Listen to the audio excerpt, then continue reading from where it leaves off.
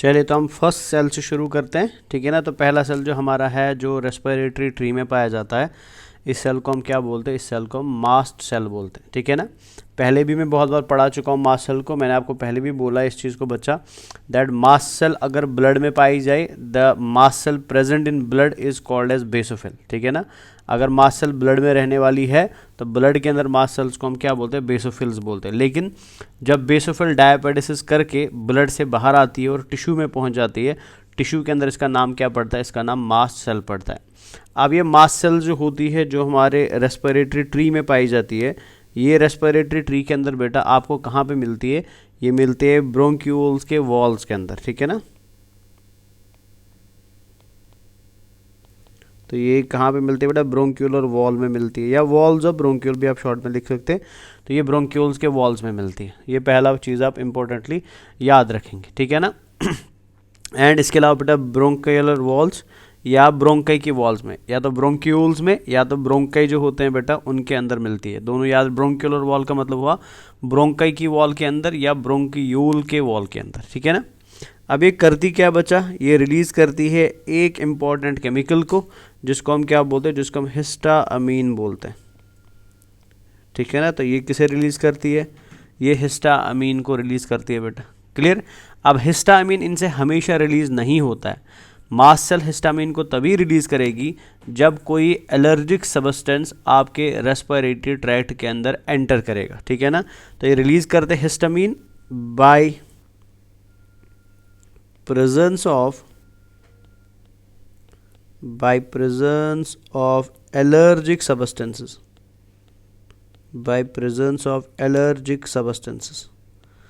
ठीक है ना। तो कोई एलर्जन अंदर आया, कोई पैथोजन अंदर आया, या कोई भी ऑर्गेनिज्म अंदर आया जो हमारे रेस्पिरेटरी को इन्फेक्ट कर सकता है, तो उनकी प्रेजेंस में बेटा मास्ट सेल्स एक्टिवेट होती है और ये क्या निकालना शुरू करती है, ये हिस्टामीन निकालना शुरू करती है। अगर इनमें से कोई भी पैथोजेनिक ऑर्गेनिज्म या एलर्जिक सब्सटेंस कहाँ पे पहुँच गया है, रेस्पिरेटरी ट्री में पहुँच गया।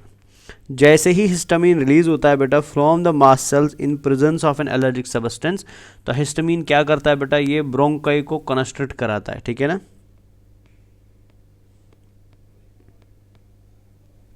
तो ये क्या कराता है, ब्रोंकियो कंस्ट्रक्शन कराता है,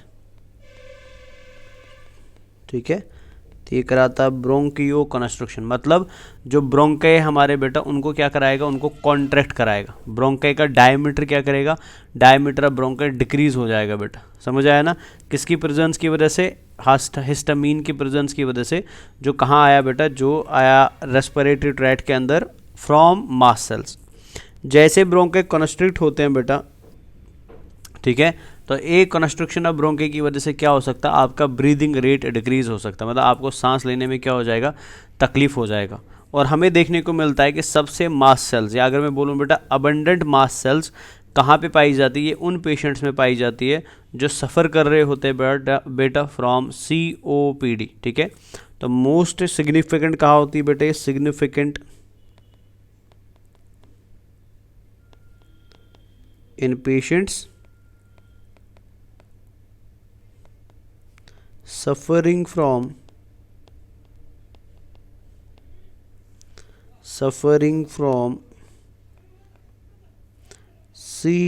COPD, ठीक है। और COPD का फुल फॉर्म क्या होता है बच्चा, क्रोनिक ऑब्स्ट्रक्टिव पल्मोनरी डिजीज, ठीक है, क्रोनिक ऑब्स्ट्रक्टिव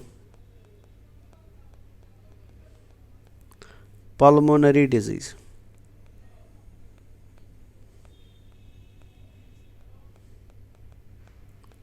जैसे इसका बेस्ट एग्जाम्पल क्या होता है, एस्थमा होता है, ठीक है ना। तो जिन पेशेंट्स के अंदर एस्थमा होगा उनके अंदर बेटा आपको मास्ट सेल्स का नंबर ज़्यादा मिलेगा।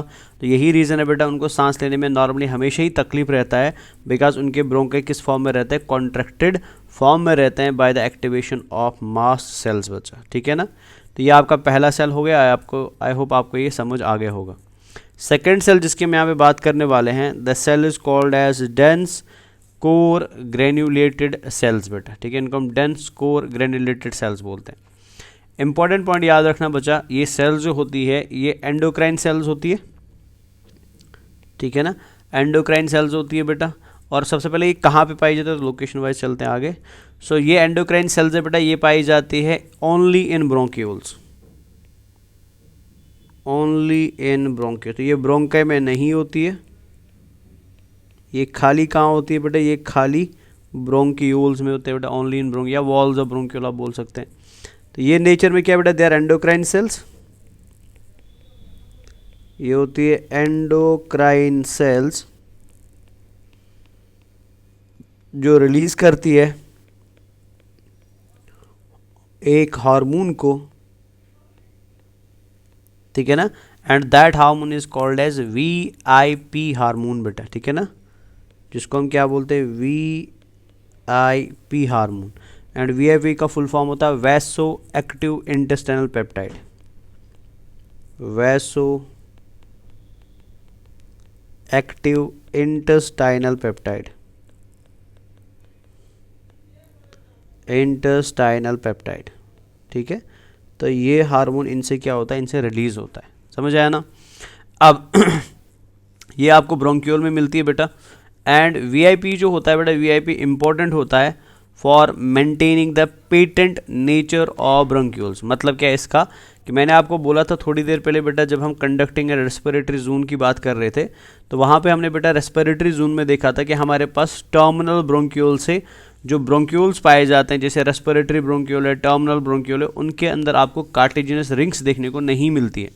बिकॉज उनके अंदर कार्टिजिनस रिंग्स नहीं है, तो जब उनसे बेटा हवा बाहर की तरफ आएगी, जब एक्सपायरेशन होगा, तो वो ब्रोंक्यूल्स क्या हो सकते हैं बेटा, वो बंद हो सकते हैं, वो कंस्ट्रिक्ट हो सकते हैं, या वो क्लोज हो सकते हैं। अब उनको क्लोज होने से रोकने का काम किसका होता है बेटा, उसका VIP हार्मोन का होता है बेटा, समझ आया ना।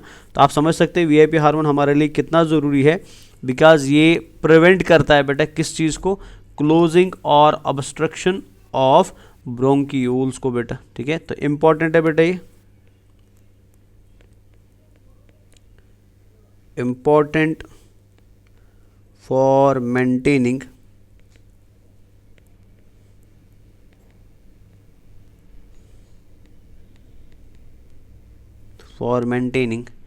patent nature of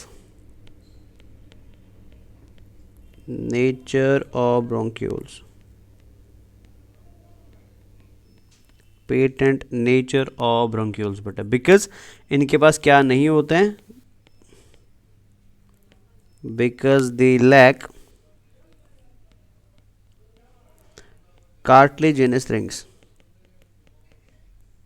because they lack cartilaginous rings. तो ये इंपॉर्टेंट ही आप याद रखेंगे, ठीक है ना। तो मास्ट सेल ने क्या किया, वो क्लियर हो गया। Dense core granulated cells bronchioles में होती है, ठीक है ना। ब्रोंक्यूल्स के अंदर ये रिलीज करती है VIP हार्मोन को। VIP हार्मोन ज़रूरी होता है बेटा किसके लिए, ताकि हमारे ब्रोंक्यूल खुले ही रहे, वो क्लोज ना हो जब हम क्या करते हैं, एक्सपायरेशन करते हैं या एक्सेलेशन करते हैं, जब हम हवा या ब्रीथ आउट करते हैं बेटा। तो उस टाइम पे हमारे ब्रोंक्यू को ओपन फॉर्म में रखने का काम किसका होता है, इस हार्मोन का होता है, जिस हार्मोन को हम क्या बोलते हैं, VIP हार्मोन बोलते हैं। क्लियर हो गया। तो ये हो गया आपकी 2 सेल्स बेटा। अब हम आते हैं थर्ड सेल पे। The third cell is called as Clara cells बेटा, ठीक है। और ये कहाँ मिलती है बेटा, they are present in respiratory bronchioles, है ना। ब्रोंक्यूल के भी अलग अलग टाइप्स होते हैं। तो ये कहाँ पे होती है बेटा, ये ब्रोंक्यूल्स में से किस ब्रोंक्यूल में होती है, रेस्पिरेटरी ब्रोंक्यूल में होती है। तो they are present in respiratory bronchiole, very very important, याद रखेंगे। अब ये सेल्स जो है ना, ये क्या करती है, ये रिलीज करती है एक स्पेशल प्रोटीन को बेटा, एक स्पेशल एक्टिव प्रोटीन को, that is called as CCSP, ठीक है। और ये CCSP का फुल फॉर्म क्या होता है, क्लेरा सेल सिक्रीटिंग प्रोटीन, ठीक है ना। मैं यहाँ पर लिख देता हूँ, CCSP का मतलब क्लेरा सेल सिक्रीटिंग प्रोटीन,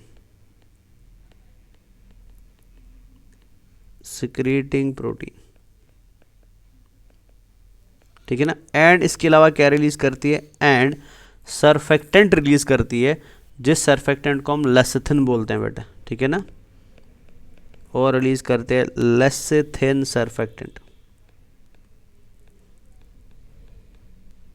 और रिलीज करती है एक स्पेशल लिपिड को, जिस स्पेशल लिपिड को हम क्या बोलते हैं, लेसिथिन बोलते हैं। फॉस्फोलिपिड होता है बेटा, जो किसका काम करता है, जो सर्फेक्टेंट का काम करता होता है। अब इसका मतलब क्या हुआ, सबसे पहले इसी से शुरू करता हूँ मैं। तो लेसिथिन सर्फेक्टेंट का काम करता है, इसका मतलब क्या होता है कि लेसिथिन जो है ना बच्चा, ये हमारे बिकॉज हमारा डिफ्यूजन होने वाला है, एंड डिफ्यूजन के लिए बेटा सरफेस एरिया क्या होना चाहिए, ज़्यादा होना चाहिए, एंड सरफेस टेंशन क्या होना चाहिए, कम होना चाहिए। तो वो सरफेस टेंशन कम करने का काम इन द एल्यूविलाइज बेटा, वो किसका काम होता है, वो लेसिथिन का काम होता है। तो ऐसी सबस्टेंस, ऐसा केमिकल मटेरियल बेटा जो एल्यूविलाइज के अंदर सरफेस टेंशन को डिक्रीज करता है, ताकि वो कोलैप्सिंग से बचे, मतलब वो बंद होने से बचे, वो कॉन्ट्रैक्ट होने से बचे, प्लस वहाँ पे डिफ्यूजन प्रॉपर तरीके से हो जाए बच्चा। तो ऐसे मटेरियल्स को हम क्या बोलते हैं, सर्फेक्टेंट्स बोलते हैं।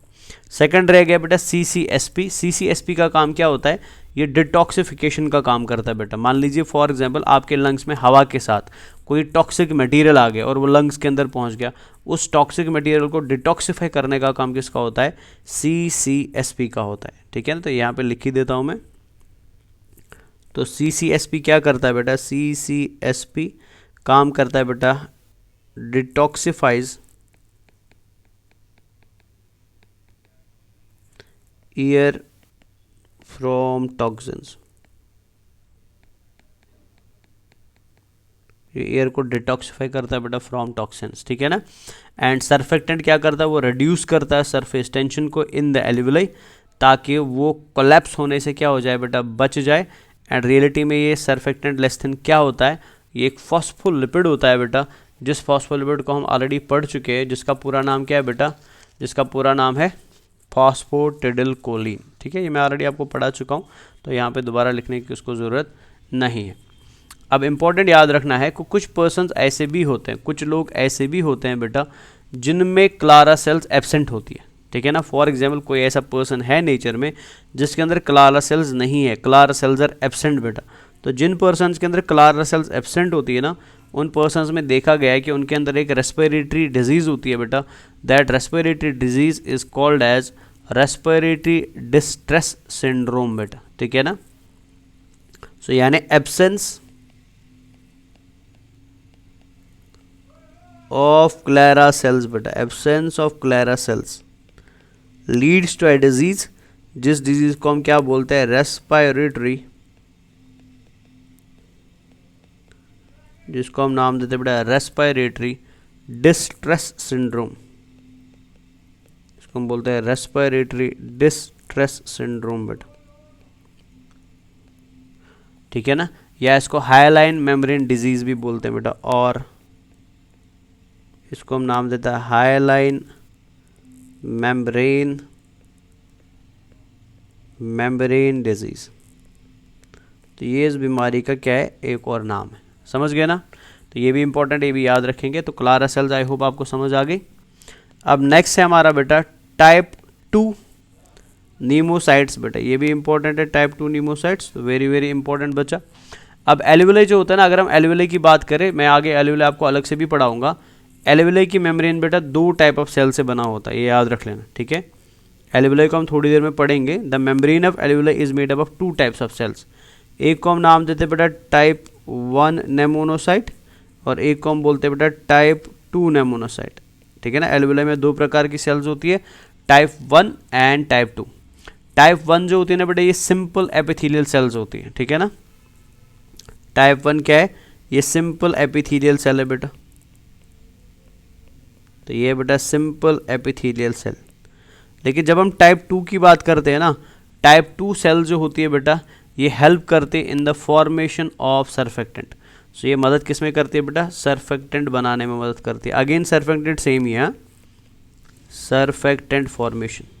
तो याद रखें, मतलब एल्यूविलाई की मेम्ब्रेन के अंदर भी किसका प्रोडक्शन होता है, लेसिथिन का प्रोडक्शन होता है। और अगेन लेसिथिन क्या करेगा बच्चा, लेसिथिन यहाँ पे भी किस चीज़ का काम करेगा, सरफेस टेंशन को डिक्रीज कराने का काम करेगा। क्लियर है। फाइनली जो लास्ट सेल हमारी है, that cell is called as dust cell बेटा। तो डस्ट सेल्स कहाँ मिलती है, ब्रोंकाई में भी मिलती है एंड ब्रोंक्यूल्स में मिलती है। एंड रियलिटी में क्या होती है बेटा, ये मैक्रोफेज होते हैं। ठीक है ना, ये मैक्रोफेज होती है, यानी लंग की मैक्रोफेज को हम क्या बोलते हैं बेटा, उनको हम डस्ट सेल्स बोलते हैं। जिनका काम क्या होगा कि कभी अगर मान लो पैथोजन आया, कोई भी अगर बैक्टीरिया आया, और बैक्टीरिया जैसे आपके लंग्स में पहुंचेगा बेटा, तो उन बैक्टीरियाज को कौन मारेगा? उनको मैक्रोफेज मारती है, ठीक है ना। लेकिन हमारे पास एक बैक्टीरिया है जो बहुत चालाक है, जो बॉडी में आता है लेकिन इसी मैक्रोफेज के अंदर रहता है, मतलब जो मैक्रोफेज उसे मारने वाला था ना, वो इसी मैक्रोफेज के अंदर ग्रो करता है बेटा। That bacteria is called as mycobacterium tuberculosis. Mycobacterium tuberculosis, ठीक है ना। और ये क्या कराता है? ये बीमारी करा जिसको शॉर्ट में क्या बोलते हैं?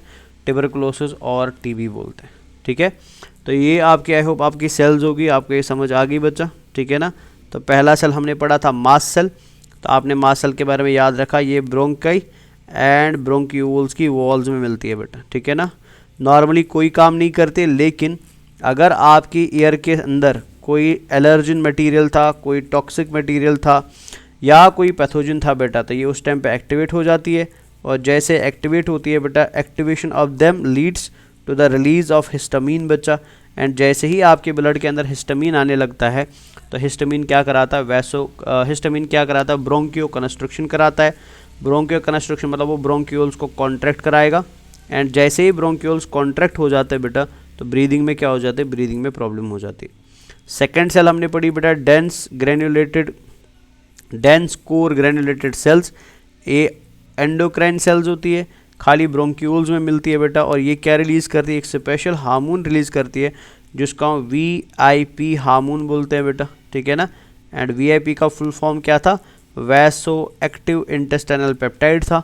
और ये इंपॉर्टेंट है बेटा किसके लिए? ब्रोंक्यूल को खुला रखने के लिए, एज वेल एज बिकॉज अगर हमने उनको खुला नहीं रखा बच्चा, वो कॉन्ट्रैक्ट हो जाएंगे बाय द एक्सेलेशन, तो उनके ओपनिंग का मेंटेनेंस कौन करता है? VIP हार्मोन करता है बच्चा, ठीक है। नेक्स्ट सेल जो हमने पढ़ी बेटा दैट वाज क्लारा सेल। तो ये कहाँ मिलती है?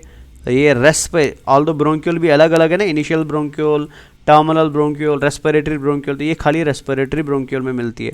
और ये दो स्पेशल मटेरियल्स को प्रोड्यूस करती है, जिसमें से एक एक्टिव प्रोटीन, जिस एक्टिव प्रोटीन को हम बेटा CCSP बोलते हैं, एंड दूसरा होता है लेसिथिन का सरफेक्टेंट बेटा। जिन पर्सनस के अंदर क्लारा सेल्स एब्सेंट होती है, उनमें एक रेस्पिरेटरी डिजीज़ पाई जाती है। That respiratory disease is called as RDS मतलब रेस्पिरेटरी डिस्ट्रेस सिंड्रोम बेटा, या इसको हम हाइलाइन मेम्ब्रेन डिजीज़ भी बोलते हैं, ठीक है ना। फाइनली आपने देखा कि एल्वेलाई के अंदर दो प्रकार की नमूनोसाइट्स होती है, एक को हम बोलते हैं टाइप 1 नमूनोसाइट, एक को हम बोलते हैं टाइप 2 नमूनोसाइट। टाइप 2 क्या करता है? वो भी सरफेक्टेंट का फॉर्मेशन करता है, ठीक है। तो ये होगी सारी सेल्स जो कहाँ पे पाई जाती है बेटा? आपके रेस्पिरेटरी ट्री में पाई जाती है। तो आई होप आपको ये सारी सेल्स क्लियरली समझ आ गई होगी बच्चा, ठीक है ना। सो सेल्स को ख़त्म करने के बाद अभी हम आते हैं नेक्स्ट पार्ट पे, ये जो बड़ा इंपॉर्टेंट पार्ट है बेटा इन द रेस्पिरेटरी ट्री। सो वो है स्ट्रक्चर ऑफ एल्वेलाई, ठीक है ना। अगर आप इधर देखेंगे ना, तो ये आपको ऑलरेडी पता है बेटा, ये क्या है? ये ब्रोंक्यूल्स है, ठीक है। फिर ब्रोंक्यूल से क्या बना बेटा? मान लीजिए एल्वेलर डक्ट बना या रेस्पिरेटरी ब्रोंक्यूल बना। रेस्पिरेटरी ब्रोंक्यूल से फाइनली किसका फॉर्मेशन हुआ? ये छोटे छोटे पाउच लाइक स्ट्रक्चर्स का फॉर्मेशन हुआ। These pouch like structures are called as alveoli बेटा, ठीक है ना। एल्वेलाइज के आसपास बेटा ऑक्सीजनेटेड ब्लड लेके पल्मोनरी आर्टरी आती है, और इन एल्वेलाई से बेटा डीऑक्सीजनेटेड ब्लड को कौन ले जाता है? पल्मोनरी वीन ले जाता है। समझ आया ना। अब हम करने क्या वाले हैं? हम इसी एल्वेलाई के स्ट्रक्चर को थोड़ा डिटेल में समझने वाले हैं बेटा। दूसरा चीज़ याद रखेंगे कि हमारे लंग्स के अंदर अप्रॉक्सीमेटली 150 to 300 मिलियन एल्वेलाइज होते हैं बेटा अडल्ट के अंदर। और एल्वेलाई ही वो जगह है जहाँ पे क्या होता है? गैसियस एक्सचेंज होता है। मतलब एल्वेलाई ही वो जगह है बेटा जहाँ ब्लड के अंदर चला जाएगा ऑक्सीजन, एंड ब्लड से कौन आ जाएगा बेटा? कार्बन डाइऑक्साइड आएगा। यानी इंटरनल रेस्पिरेशन कहाँ पे होता है, या सेकंड एक्सचेंज कहाँ पे होता है बेटा? वह एल्वेलाइज के पास होता है, बिकॉज एल्वेलाई के एक साइड में ब्लड सप्लाई होता है, तो ये यहाँ से ब्लड सप्लाई है, तो ब्लड से बाहर आएगा बेटा कार्बन डाइऑक्साइड जो एल्वेलाई में आएगा, एंड एल्वेलाई से निकलेगा ऑक्सीजन जो कहाँ जाएगा? ब्लड में जाएगा बेटा। समझ आया ना। ये पॉइंट इंपॉर्टेंट, याद रखेंगे बच्चा। अब ये एल्वेलाई से बेटा ये एयर कार्बन डाइऑक्साइड बाहर कैसे आता है? तो अगर आप यहाँ पे ध्यान से देखेंगे, एल्वेलाइज के आसपास या ब्रोंकाई के आसपास या ब्रोंक्यूल्स के आसपास स्मूथ मसल्स होती है। So because of contraction of this smooth muscles बेटा हमारी बॉडी के अंदर लंग कॉन्ट्रैक्ट करके एयर को क्या करता है, या कार्बन डाइऑक्साइड को क्या करता है? बाहर ले आता है, एंड ऑक्सीजन को क्या कर लेता है? अंदर ले जाता है, ठीक है ना। अब ये एल्वियोलाई का एक्चुअल एनाटॉमिकल स्ट्रक्चर क्या है उसको हम डिटेल में इस डायग्राम से समझने की कोशिश करेंगे, ठीक है।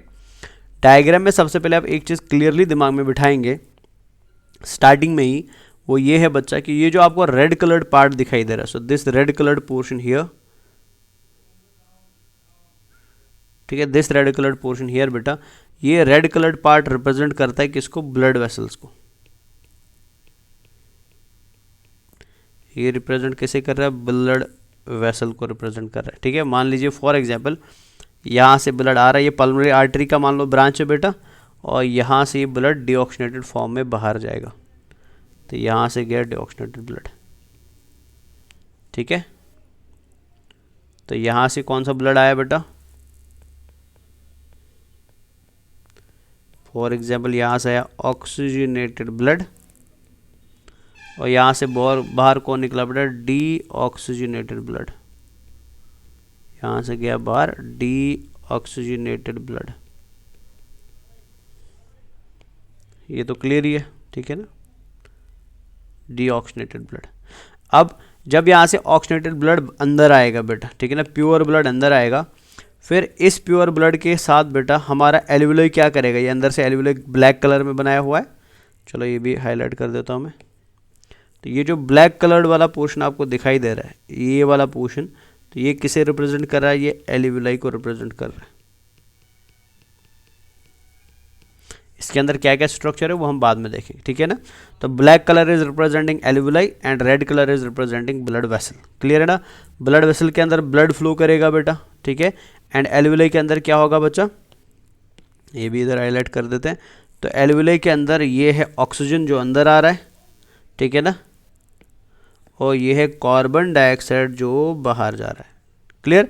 तो जैसे आप सांस अंदर लेंगे तो ऑक्सीजन अंदर आएगा और एल्वियोलाई के अंदर बढ़ जाएगा बेटा, जैसे आप सांस बाहर छोड़ेंगे, ब्रीथ आउट करेंगे, तो कार्बन डाइऑक्साइड क्या जाएगा, बाहर जाएगा। तो सबसे पहले हम समझ लेते हैं बेटा ब्लड वेसल के मेम्ब्रेन को, ठीक है ना। हमें ऑलरेडी पता है बच्चा कि ब्लड वेसल जो एल्वियोलाई के आसपास होती है वो कैपिलरी होती है, हमें ऑलरेडी पता है ना, बिकॉज यहाँ पे डिफ्यूजन करना है। तो जो ब्लड वेसल एल्वियोलाइज के आसपास होती है, सो ये ब्लड वेसल किस फॉर्म में पाई जाती है बेटा, एक कैपिलरी की फॉर्म में पाई जाती है। तो अगर एक कैपिलरी की फॉर्म में पाई जाती है, तो दैट मीन्स ये जो सेल्स इस कैपिलरी के अंदर है, ये कौन सी सेल्स है बेटा, ये एपिथेलियल सेल्स है, जिन एपिथेलियल सेल्स को हम क्या बोलते हैं बेटा, इनको हम एंडोथीलियल सेल्स बोलते हैं। या मैं बोल सकता हूँ ये पूरा ब्लड वेसल का मेम्ब्रेन जो है ना, ये क्या है बेटा, ये एंडोथीलियम है। और एंडोथीलियम क्या होता है, एक तरीके का एपिथेलियल टिश्यू होता है, समझ आया ना। तो ये है एंडोथीलियम ऑफ ब्लड वेसल बेटा, एंडोथीलियम ऑफ ब्लड वेसल, ठीक है। ये तो इधर क्लियर हो गया। अब अंदर आते हैं, अंदर आपको दिखाई दे रहा है एल्वियोलाई, ठीक है ना। एल्वियोलाई के अंदर बेटा सबसे पहले आप देखेंगे कि आपको अंदर से कुछ सेल्स दिखाई दे रही है, so these large shaped cells बेटा। सो ये एल्वियोलाई सेल क्या है, ये है डस्ट सेल, ये है डस्ट सेल बेटा, या इसको आप क्या बोल सकते हैं, एल्वियोलर मैक्रोफेज बोल सकते हैं। और इसका काम क्या होगा, ये फैगोसाइटोसिस का काम करेगा, ठीक है ना। तो इसका काम क्या होगा बेटा, ये एल्वियोलाई के अंदर अगर कोई बैक्टीरिया आया, उस बैक्टीरिया की ये फैगोसाइटोसिस करा देगा, क्लियर है। अब जब आप एल्वियोलाई की मेम्ब्रेन को देखेंगे, तो एल्वियोलाई की मेम्ब्रेन के अंदर बेटा आपको ये सेल्स दिखाई दे रहे हैं ब्लैक कलर में, एकदम सिंपल सेल्स है। जैसे मैं इसको हाईलाइट कर देता हूँ एक को, तो ये सेल दिखाई दे रही है, ये वाली सेल दिखाई दे रही है, दीज ऑल सेल्स है ना, ये जो सेल्स आपको दिखाई दे रही है, तो ये एल्वियोलर मेम्ब्रेन की सेल्स है बेटा। These cells are called as type 1 pneumocytes बेटा, इनको हम क्या बोलते हैं, टाइप 1 नीमोसाइट, जो मैंने आपको थोड़ी देर पहले अभी पढ़ाया था बेटा, टाइप 1 नीमोसाइट्स, ठीक है ना। और ये टाइप 1 नीमोसाइट क्या होता है, ये होता है सिंपल स्क्वामस एपिथेलियल सेल बेटा, ये होता है सिंपल स्क्वामस एपिथेलियल सेल, ठीक है ना। तो ये क्या काम करेगा, ये डिफ्यूजन मेम्ब्रेन का काम करेगा बेटा। ये किसका काम करेगा, ये करेगा काम डिफ्यूजन मेम्ब्रेन का। तो मतलब क्या बताना चाहता हूँ मैं यहाँ पे, दैट कि जब आप सांस अंदर लेंगे तो अंदर क्या आएगा, ऑक्सीजन आएगा। जैसे अंदर एल्वियोलाई में बेटा ऑक्सीजन आएगा तो ऑक्सीजन का कॉन्सेंट्रेशन एल्वियोलाई में इंक्रीज हो जाएगा, है ना। एल्वियोलाई में ऑक्सीजन ऑक्सीजन ऑक्सीजन ऑक्सीजन, तो ऑक्सीजन का पार्शियल प्रेशर या कॉन्सेंट्रेशन इंक्रीज हो जाएगा एल्वियोलाई के अंदर वाले साइड में। अब जब ऑक्सीजन का कॉन्सेंट्रेशन एल्वियोलाई में बढ़ेगा तो ये ऑक्सीजन क्या करेगा, एल्वियोलाई को छोड़ के किसके अंदर आएगा बेटा, ब्लड वेसल के अंदर आएगा। लेकिन जब ये एल्वियोलाई को छोड़ेगा ना, ये किसे क्रॉस करेगा, ये इन स्क्वामस सेल्स को क्रॉस करेगा। क्यों क्रॉस करेगा, because they are very thin, ये बहुत पतली सेल्स होती है बेटा, एंड पतली मेम्ब्रेन को क्रॉस करना इसके लिए इजी हो जाता है। सो इस मेम्ब्रेन को जो डिफ्यूजन में मदद कर रहा है बेटा, ताकि ऑक्सीजन एल्वियोलाई से निकल के कहाँ पे आ जाए बेटा, ब्लड में आ जाए। सो इन सेल्स को इसलिए क्या बोलते हैं, इनको हम सिंपल स्क्वामस सेल्स बोलते हैं। और इसको इसलिए इस पूरी लेयर को बेटा, ये पूरा लेयर आपको दिखाई दे रहा है, this whole layer is called as diffusion membrane, because इसी मेम्ब्रेन के थ्रू कौन सा प्रोसेस चलता है, डिफ्यूजन का प्रोसेस चलता है। क्लियर। अब अगर आप सेम एल्वियोलाई को और ध्यान से देखेंगे तो आपको क्या दिखाई देगा बेटा, कि इस एल्वियोलाई के अंदर कुछ सेल्स बड़े साइज की है। ये यहाँ पे देखिए बच्चा, तो ये कुछ सेल्स बेटा ऐसी बड़े साइज की हो गई, है ना। यहाँ पे भी देख लीजिए, ये कुछ सेल्स बेटा ऐसे बड़े साइज की हो गई बेटा। ये जो लार्ज साइज्ड सेल्स है ना, जो अगेन किस में पाई जाते हैं, ये एल्वियोलाई के मेम्ब्रेन में पाई जाती है बेटा। These are called as type 2 नीमोसाइट्स।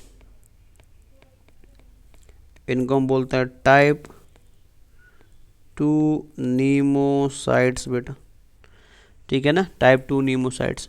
और ये कैसी सेल्स होती है बेटा, दे आर क्यूबॉइडल,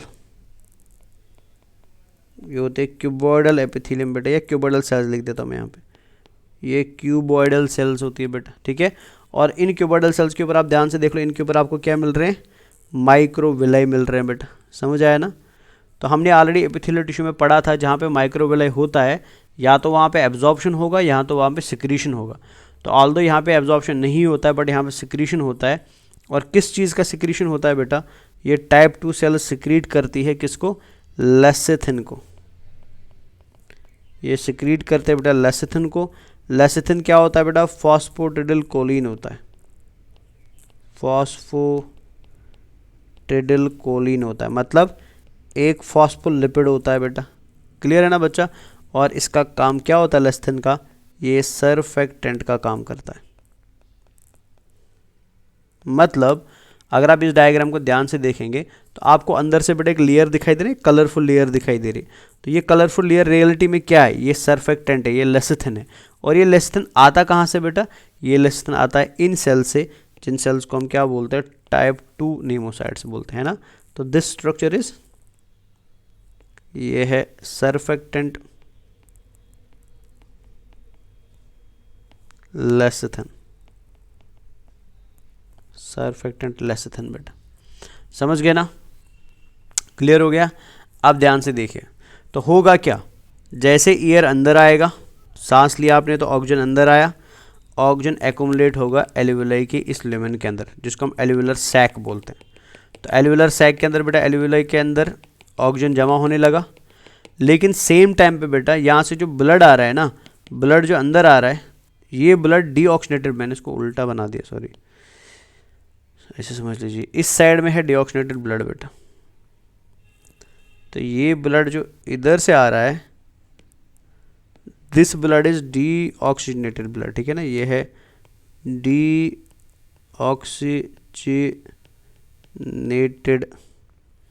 ब्लड बेटा। मीन्स इस ब्लड के अंदर ऑक्सीजन है कम, कार्बन डाइऑक्साइड है ज़्यादा, ठीक है। अब जब ये ब्लड इधर की तरफ फ्लो होगा, ठीक है ना, इसमें CO2 ज़्यादा है ना, लेकिन सेम टाइम पे बेटा इसके अंदर O2 क्या है, ज़्यादा है। आप समझिए, इधर O2 ज़्यादा है और इधर CO2 ज़्यादा है बेटा। तो that means concentration of O2 is higher in the alveoli, concentration of CO2 is higher in the blood vessels. So means बेटा कॉन्सेंट्रेशन ग्रेडियंट डेवलप हुआ ना, तो ऑक्सीजन क्या करेगा बेटा, वो अपनी हायर कॉन्सेंट्रेशन से लोअर कॉन्सेंट्रेशन की तरफ आएगा। मतलब ऑक्सीजन एल्वियोलाई से निकल के कहाँ पे आएगा, ब्लड वेसल में आएगा। एंड सेम टाइम पे बेटा कार्बन डाइऑक्साइड ब्लड वेसल से निकल के कहाँ पे जाएगा, एल्वियोलाई में जाएगा। सो मीन्स O2 एंटर कर रहा है किसके अंदर, ब्लड वेसल के अंदर, एंड CO2 कहाँ एंटर कर रहा है बेटा, एल्वियोलाई के अंदर। जैसे O2 ब्लड वेसल में एंटर करना शुरू करेगा एंड CO2 एल्वियोलाई में एंटर करना शुरू करेगा, तो हमारा जो डिऑक्सीनेटेड ब्लड अंदर आया था ना, ये डिऑक्सीनेटेड ब्लड बेटा कन्वर्ट किस में होगा, ये कन्वर्ट होगा इनटू द ऑक्सीजनेटेड ब्लड बेटा। सो दैट मीन्स एल्वियोलाई के इस साइड में जो या नॉट एल्वियोलाई, कैपिलरी के इस साइड में जो ब्लड बाहर आएगा ना, वो ब्लड कैसा होगा बेटा, वो होगा ऑक्सीजनेटेड। दैट मीन्स उसके अंदर ऑक्सीजन होगा ज़्यादा एंड CO2 होगा कम बच्चा। समझ आया ना, क्लियर हो गया। सो ये जो चेंज लाया यहाँ पे बेटा ब्लड के अंदर, वो चेंज किसने लाया, वो एल्वियोलाई ने लाया। किसकी मदद से, अपनी एल्वियोलर मेम्ब्रेन की वजह से बेटा। जो एल्वियोलर मेम्ब्रेन क्या होता है, सिंपल स्क्वामस एपिथेलियल टिश्यू होता है। समझ आया। अब एग्जाम में जो आपको इंपॉर्टेंट क्वेश्चन पूछा जाता है ना, वो इंपॉर्टेंट एग्जाम के लिए वो पूछा जाता है, रेस्पिरेटरी मेम्ब्रेन कितनी लेयर का बना होता है। रेस्पिरेटरी मेम्ब्रेन, ठीक है ना, कितने लेयर्स का बना होता है। तो आप याद रखेंगे बच्चा, सबसे पहले रेस्पिरेटरी मेम्ब्रेन बनेगा किसका, सिंपल स्क्वामस एपिथेलियम का, जो एल्वियोलाई का है बेटा। सेकंड बनेगा बेटा वो एंडोथीलियम का, 2 मेम्ब्रेन्स होंगे, plus because they both are epithelial tissues बेटा, इनका बेसमेंट मेम्ब्रेन भी होगा ना, तो वो तीनों मिलके क्या बनाते हैं, रेस्पिरेटरी मेम्ब्रेन बनाते हैं। यानी रेस्पिरेशन का प्रोसेस किस मेम्ब्रेन से होगा, that membrane is called as respiratory membrane. जैसे ऑक्सीजन जो है बेटा सबसे पहले इस मेम्ब्रेन को क्रॉस करेगा, फिर इसके बेसमेंट मेम्ब्रेन को क्रॉस करेगा, फिर इस मेम्ब्रेन को क्रॉस करेगा, फिर इसके बेसमेंट मेम्ब्रेन को क्रॉस करेगा।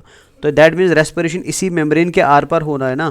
सो दिस मेम्ब्रेन बेटा which is used in the process of respiration, इसको हम रेस्पिरेटरी मेम्ब्रेन बोलते हैं। जिसको बनाने का काम किस किस का होता है, एल्वियोलर मेम्ब्रेन का होता है, एल्वियोलर मेम्ब्रेन का होता है, प्लस एंडोथीलियम मेम्ब्रेन का होता है, एंडोथीलियल मेम्ब्रेन का होता है, प्लस बेसमेंट मेम्ब्रेन का होता है। बेसमेंट में, तो ये एग्जाम का इंपॉर्टेंट क्वेश्चन है, ये याद रख लें, एग्जाम में पूछा जाता है। सो मीन्स रेस्पिरेटरी मेम्ब्रेन कितने मेम्ब्रेन्स का बना है, 3 मेम्ब्रेन्स का बना है बच्चा। समझ गए ना।